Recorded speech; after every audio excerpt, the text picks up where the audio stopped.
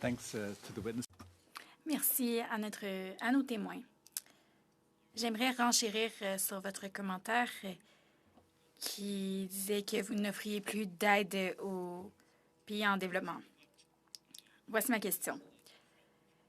Qu'est-ce que le Canada a pu apprendre d'eux par rapport aux initiatives de développement?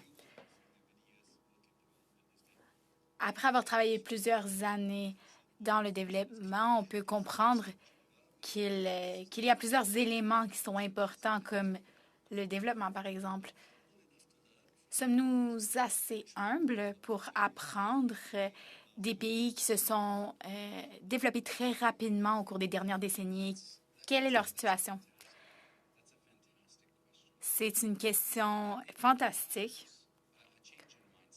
On doit changer la mentalité qui est associée à cela. J'ai eu beaucoup d'expérience auprès des tables de négociation du G7. Les gens qui siègent au G7 sont des amis, sont des alliés. Alors, c'est très confortable. Par contre, la conversation avec ces intervenants est beaucoup moins confortable parce que certains d'entre eux ne s'entendent pas très bien. De plus, il y a une différence des perspectives par rapport aux enjeux mondiaux auxquels nous faisons tous face. Et voici mon opinion très personnelle. La valeur que j'ai pu ramener au ministère en écoutant des intervenants d'Arabie saoudite ou d'autres pays qui ont réussi à prouver qu'ils pouvaient se développer nous a permis de comprendre que nous pouvons apprendre beaucoup. C'est notamment vrai dans le cadre de la stratégie Indo-Pacifique que le gouvernement a mise en œuvre. C'est un secteur où on peut croître et se développer et le Canada a besoin d'y prendre part.